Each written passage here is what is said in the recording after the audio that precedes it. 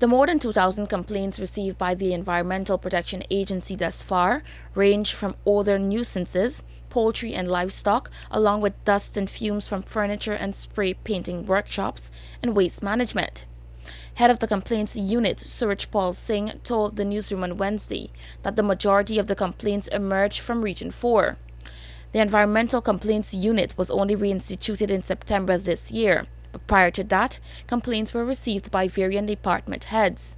And so, they were never addressed since there was no dedicated unit. As a result, there is a backlog of more than 4,000 complaints. And this does not augur well for the small unit, as he explained that over 20 complaints are made and logged every day. When the complaints department started, we developed a complaints strategy. And that strategy basically outlined what will be our approach to managing complaints. So part of it involved the awareness and outreaches, right? And also engagements and collaborations with other agencies or local organs or so on. On some occasions, the EPA is forced to issue notice letters to big businesses that fail to adhere to the requisite guidelines and safeguards. And if forced, the EPA would move to shut down the businesses. We tried to go that route with the notice, the prohibition notice, as a last resort.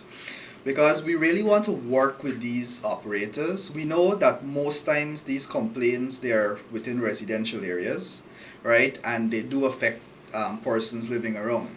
So what we try to do is we try to give them interim measures. And these measures are basically practical and cost effective, right? And we also advise them, if they have measures that they would like to implement, they can come to us or let us know.